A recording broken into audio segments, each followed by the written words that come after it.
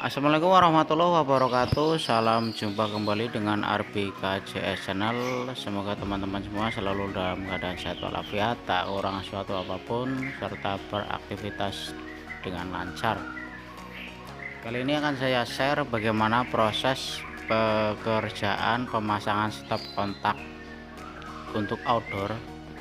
Jadi stop kontak ini dengan merek Broko Atlantik, yaitu didesain untuk stop kontak bagian luar. Jadi desainnya sudah dibuat sedemikian rupa, memang buat brosur cara pemasangan.